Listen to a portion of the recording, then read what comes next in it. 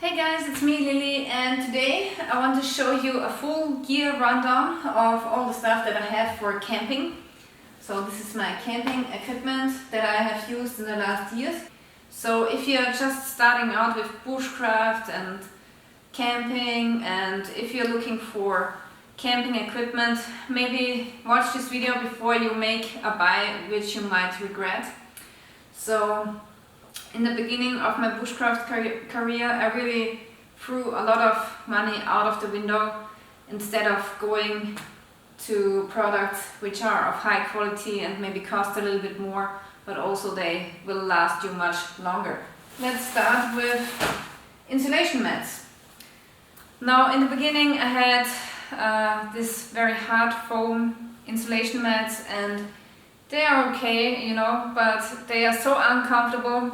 And a couple of years ago I have switched to air mats and down mats, and this one here is my X-Bed down mat.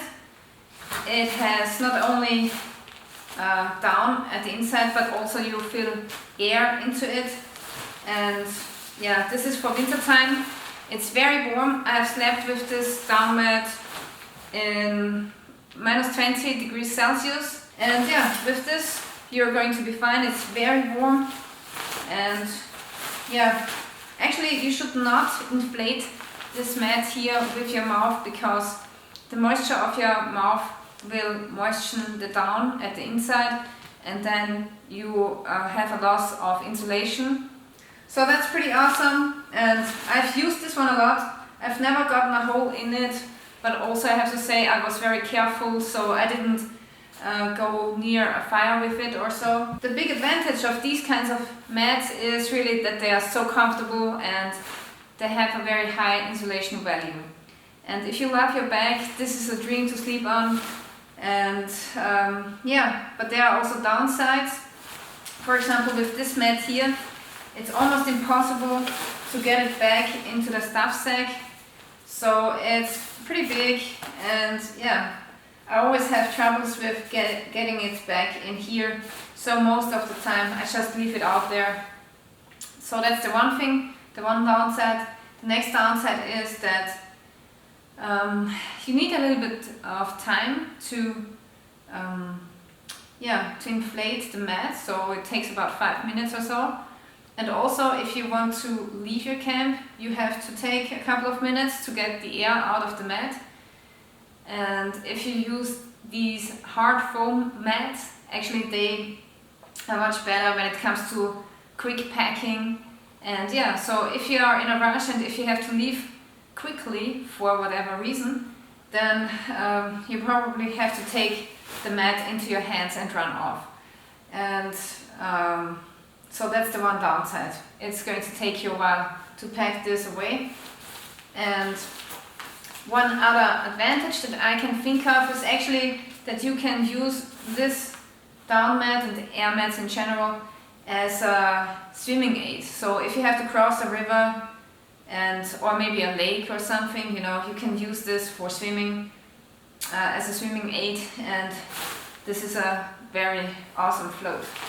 And then I have another air mat which I use in the summertime, which is this one here. Same company, it's called X-Bed, but this is only filled with air. And yeah, this one is a little bit smaller. As you can see, it's very lightweight, and yeah, I can get it back into the stuff sack, no problem. Now, I had this with me when I was in Sweden, and there it was a little bit cold, and yeah, so when there is snow still lying around, or when it's still like getting 0 degrees Celsius in the night, then this is not enough. This was too cold for me, so I had to lay a jacket over the insulation mat to get warm from the backside. And yeah, so this mat here you can use, I believe, when it has above 5 degrees Celsius in the night. And yeah, I really love this one. This was also very expensive, but it's really worth it, you know. So you sleep on it like a little baby, and yeah, it has the same pros and cons like the other mat, only that it doesn't have down, so it's not so warm, but also it's much smaller, more compact, more lightweight. If you really want to go camping regularly, like on a regular basis, then this is a very good investment. Okay, next I want to show you a backpack, a small backpack that I have carried years and years and years. This here is the Maxpedition Pygmy Falcon 2. So this one here is a couple of years old and I have used it a lot, but it still looks very new. And yeah, it was expensive, but it's going to hold forever because it's made from such thick materials. And yeah, I really love this small backpack. So yeah, for overnighters it's far too small, but you know, for small tours it's really awesome. And at the sides here I always have two things. First of all, my Paracord lap blender, which is basically a Mora, and here I always have my Paracord saw, my Paracord folding saw.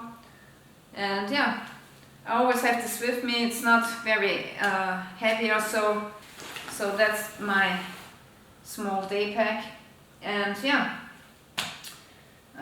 this is great.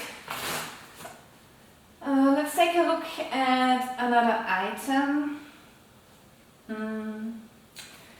This here is my Slingshot by Trumark. I haven't done a lot of shooting lately and the rubber is already a little bit damaged because, you know, over time you have to exchange the rubber, so I'm not sure if I should shoot with this still. It was super cheap. It even has this compartment where you can fill in the bullets. And yeah, I'm not very good with the Slingshot, I have to say. I'm far better with the bow, but every now and then it's really cool to play around with the Slingshot. Alright, so next I want to show you my solar panel, and this one here has 20 watts.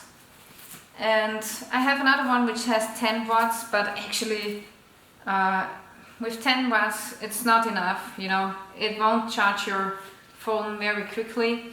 So if your intention is that you want to buy a solar panel, go at least for 20 watts. And this here is small enough that you can still, you know, attach it to your backpack and let it hang from your backpack or from your shelter. And this way you can charge your batteries in the wilderness. So pretty awesome and also very compact. Next here I have my old and trusty Weatherlings Hatchet. I have done so much stuff with this hatchet. I have built so many shelters with it. This small hatchet actually was very expensive when I got it. I think I paid like 80 euros for it, and yeah, but it was definitely worth it. So now it's a little bit roughed up and it has gotten a little bit of rust here and there, and yeah, the handle looks very worn out too. But it's still a very good hatchet, and the head hasn't become loose so far, so I'm very happy with this hatchet. The only thing that happened is actually over time, like this got a little bit loose, and now it happens very often that the sheath comes off the blade, and yeah, actually that's not good, and I should really make a new sheath for it. Maybe I should make a video about this. Okay, what else do we have? So, shovel. This is one of my favorite shovels. It's by Five Choy. It's very small, but this is going to dig like hell. I have dug so many tunnels with it and holes and whatever. So very effective tool, and for a shovel, pretty lightweight. So they have a bigger model too, and the bigger model is awesome. I have done a lot of gardening work with it in the last weeks, and yeah, pretty bump proof. And here at the end there's a fire steel which is a pretty cool gadget. And it also has this blade at the inside with a small saw and a can opener. So that's a pretty cool shovel, and yeah, I really like to have it, especially when I know that I have to dig something out, because digging with a stick is not funny, you know, it's going to take forever. So yeah, and actually this one here is pretty lightweight, so it doesn't take up a lot of room either, and it's really a great shovel. Okay, that's it. Okay, hat. So in general, I like to have camouflage clothing, hat, tarp, and yeah, the rucksacks as well. So I like green colors, subdued colors, coyote brown, camouflage, and this hat here is, I believe, digital camouflage or something.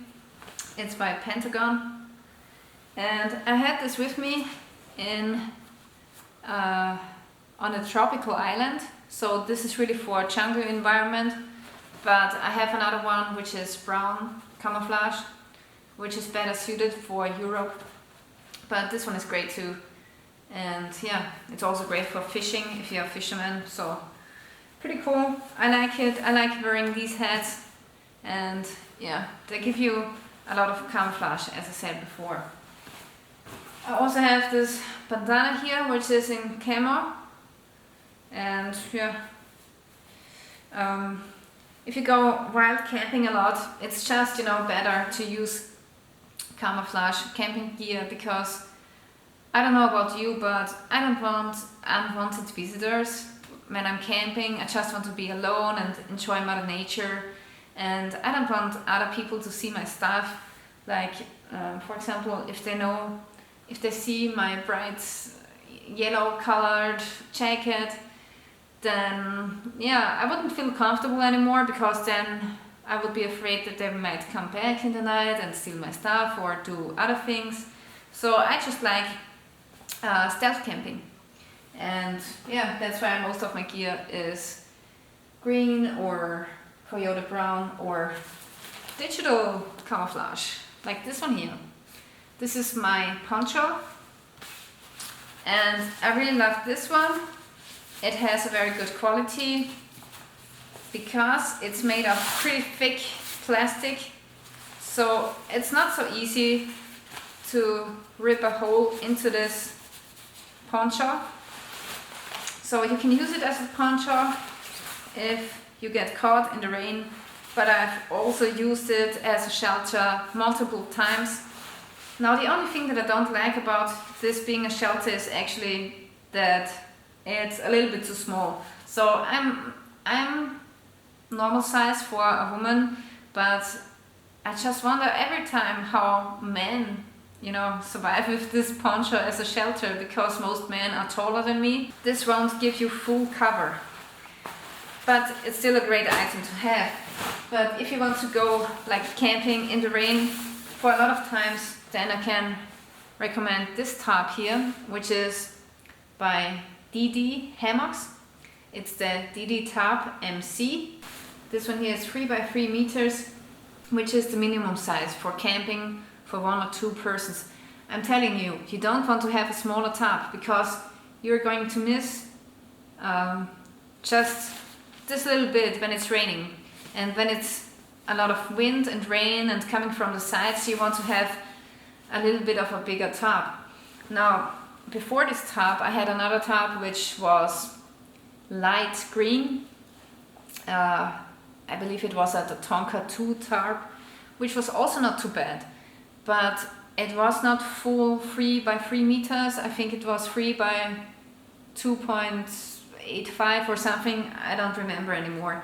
And just this little bit was missing, and I had it with me when I was in Vancouver Island camping, and 2 nights there it rained a lot and I got wet because the tarp was just too small. So 3 by 3 is really the minimum size if you want to have a really water and weatherproof tarp. And yeah, This tarp weighs 790 grams, and that's really good for this size of tarp. So pretty awesome. Get this tarp and get it in camo, okay? Or at least dark green. Don't buy the light green stuff. You will see it miles and miles away. Okie dokie. So, yeah. Recently I have acquired this fishing pole. I had a couple of fishing poles, but actually those ones were too long and too strong. And now I got this very cheap one. It only cost me like 20 euros, this entire rig here. And the fishing pole is actually a children's fishing pole, and it's only 1.8 meters long, and that's what I wanted. I just wanted a small fishing pole, and now I got one, but I haven't tried it out yet, so that's next to come. Okay, the next item that I want to show you is this backpack here, which I had with me the last camping trips, and I got a lot of questions about this rucksack, and a lot of people wanted to know what kind of brand it is. To be honest, it's a no-name brand which I got for 60 euros off Amazon, so I can try to find the link again, but yeah, let's see. If I find it, I'm going to put it into the description, okay? It's actually not a bad rucksack, you know? It has 50 liters, which is enough for summer camping, and it has well-padded shoulder pads. It has this back pad, which is very comfortable, and the hip flasks are actually deep enough that you can carry the weight of the rucksack on your hips. So pretty cool, and I'm very happy with the backpack. I had some Deuter backpacks as well, but they were so expensive, so I just didn't want to have such an expensive rucksack for camping, you know. This rucksack, I don't really care when it's getting dirty or something, so I decided to get this one, and I wasn't disappointed so far. And what I like about this backpack is that at the front here it comes with this 2 loops, okay, and I usually take my Paracord roll and attach it to the front of the backpack, and yeah, this way I make 60 liters out of a 50 liter backpack, and this way I can take much more stuff with me. And 60 liters, I believe, is a really good size for, you know, camping 3 seasons of the year, and for winter time I would take even more liters if possible. So this here is the Paracord roll that I got from my friend Canadian Prepper, and it comes with this camouflage color as well, which is awesome, and you just hang it on the tree. And in here I have smaller stuff which I usually, you know, have to search for a long time if I carry it in a backpack, but now I have everything at one side and I can access my smaller stuff quickly. So that's what I really love about this Paracord roll. And yeah, one item that is mention worthy is this headlamp. It's by the company Night. It's called TH10. So it's working with an 18650 battery. So far it's the best headlamp that I have had in my entire life. And also the price is really okay. So that's what I like to have most of the time. Also sometimes I take another flashlight, another headlamp, which is this here. This is a flashlight by Petzl. Very expensive, runs with 3 AAA batteries, but actually the batteries are not holding for a very long time, so after one night it's game over, you know. So I still like this one. It's not so bright, but also, yeah, you have to take a lot of batteries with you. And this one holds much longer. Okay, let's see what else I have in here. Compass. Compass is this one here. This one is my favorite so far, and it has a luminescent ring, and yeah, it also comes with this mirror, and here you can see the camera that I'm using. A mirror is very important for signaling, but also, for example, if you have poked your eye and if you have to get something out of your eye, then a mirror comes into play. And yeah, this one here is called DS40 by Recta. So very good compass. Then I have this Sawyer mini filter. So when it has to go quick, I take this filter, which filters out most of the pathogens. And yeah, water filters are great, but you have to bear in mind that they don't filter out 100% of the pathogens. Yeah, then I have my first aid kit, a couple of other hygiene stuff, and in here I have got a Silky Saw, and yeah, pretty sharp tool, and I have this in here because it perfectly fits the Paracord roll. And yeah, normally I like to use another saw, which is this one here, the Boreal 21, which is my favorite saw, and it's a bow saw. It comes with a very thin blade, and it has a very ergonomic handle, and that's why I like to use the Boreal 21 rather than the Silky Saw.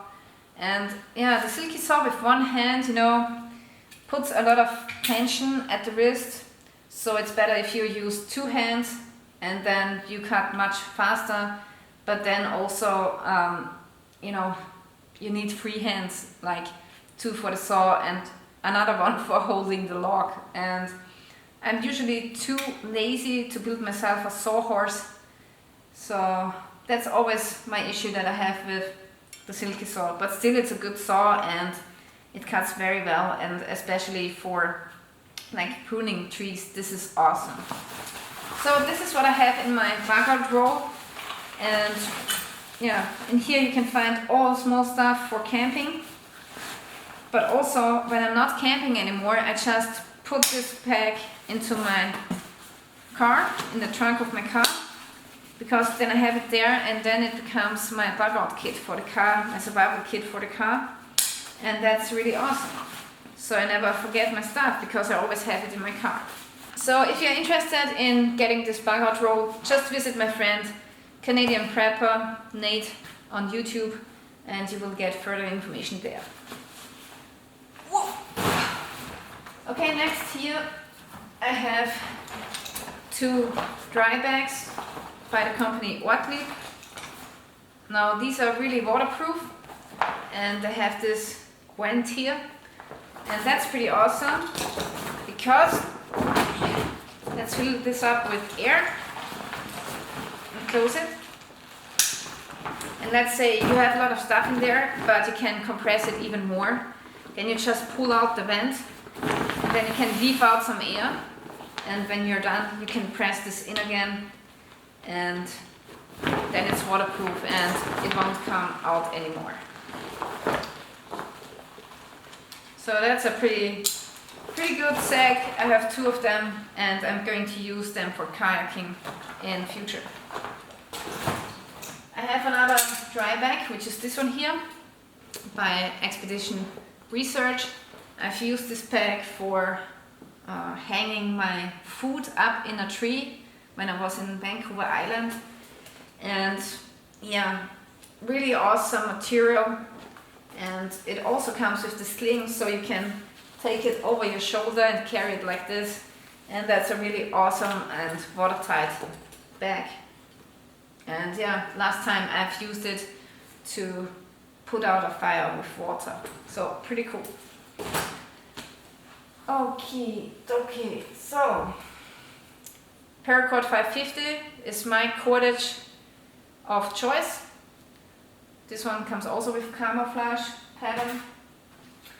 And then I have three canteens that I want to show you. The first one is this canteen, which is made out of plastic. I usually keep this in my car for emergency use. but it's not really beautiful, so I don't want to take it camping. But for the car, it's perfectly fine, and it costs only like €5 or something, so that's a good thing. For camping, I sometimes take this set here, which is a Nalgene bottle made from clear plastic, and then I have this canteen cup from the US military, and yeah, it's made from stainless steel, and as you can see, I've used it very often, and I heard that I don't produce them anymore, so I've got mine used. And yeah, if you want to get one of these cups, you have to hurry, because I heard that the military only uses water bladders anymore. But maybe I'm wrong, so correct me if I'm wrong. And yeah, and then my all-time favorite is my titanium canteen set by Heavy Cover. Super lightweight, amazing canteen, very waterproof, and yeah, I have taken this to sleep a lot of times. For example, when I was in Sweden, it was very cold, so I filled in hot water into the canteen, and then I took it with me into the sleeping bag. And yeah, it comes with this canteen cup, which is also made from titanium, and yeah, it also comes with the slit here, which decreases the boiling time a lot. Go for this canteen. It's expensive, but it's worth the money if you want to save some weight. Okay, next I want to show you my favorite kettle, my pot, actually. It's this one here, and this one is by Tonka. And unfortunately I lost the handle, which belongs to the pan here. So you have a pot and a pan, and usually it comes with a handle, but I lost that in the sand of the tropical island.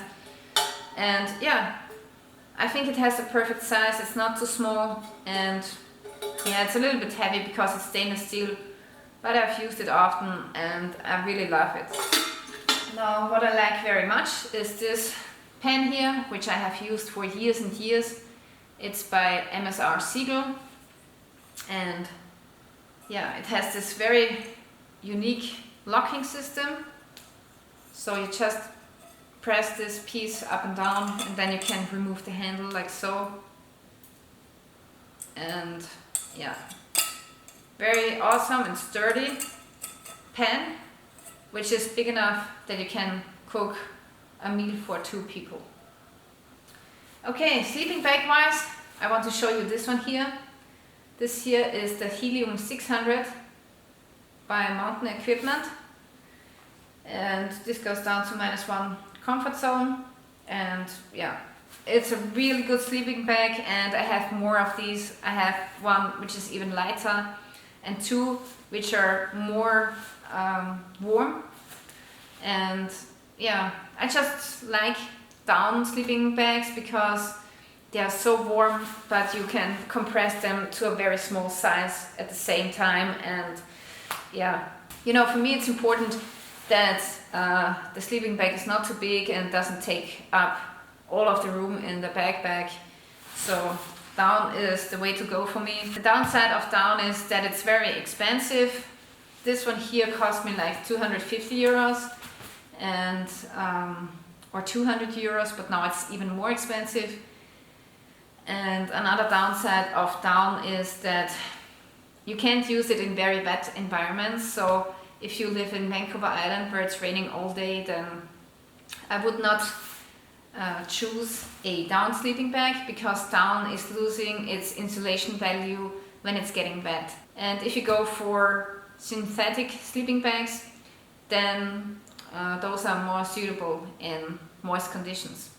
But here in Austria, I don't have so much rain all the time, so most of the time we have sunshine. So down is really the way to go here in Europe. Next, my favorite sharpening stone. This here is the DC4 by Feldkniven. Comes with a diamond side and a ceramic side. And yeah, nothing bad about this sharpening stone. pretty awesome. Okay, last but not least, I would like to talk about stoves. So sometimes, you know, it could happen that I can't make a fire because maybe I'm not on my property, or because maybe there's a fire ban.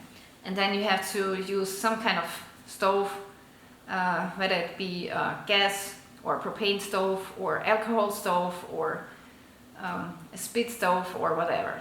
So my favorite stove is this one here. It's an alcohol stove. I'm a big fan of alcohol as a fuel. And yeah, I just don't like propane, this propane containers. I'm always afraid that they might explode, like if you have them in the sun, or if there is some kind of malfunction with the vent, you know, so I don't like those stoves. And alcohol, I think is, yeah, I believe it's much safer. So usually I have a small bottle with me, a plastic bottle with pure alcohol, and then I just pour it into the stove, the amount that I need for the cooking, and then you just ignite the stove with a match, and then you can cook. And yeah, let's say there's still an alcohol left, you just take this cap and then you die off the flame, and then you can screw on the lid, which seals the stove watertight, or in this case alcohol tight, and then you have a nice little container which has a little bit of alcohol at the inside and it doesn't leak. So for me that's the best solution, really. Yeah, I love alcohol stoves. And with the stove I have bought a stand, this one here. Let me put this together quickly. So here you have your triangle, and then you take your stove and put it in here. And this is how it looks, and it's very stable.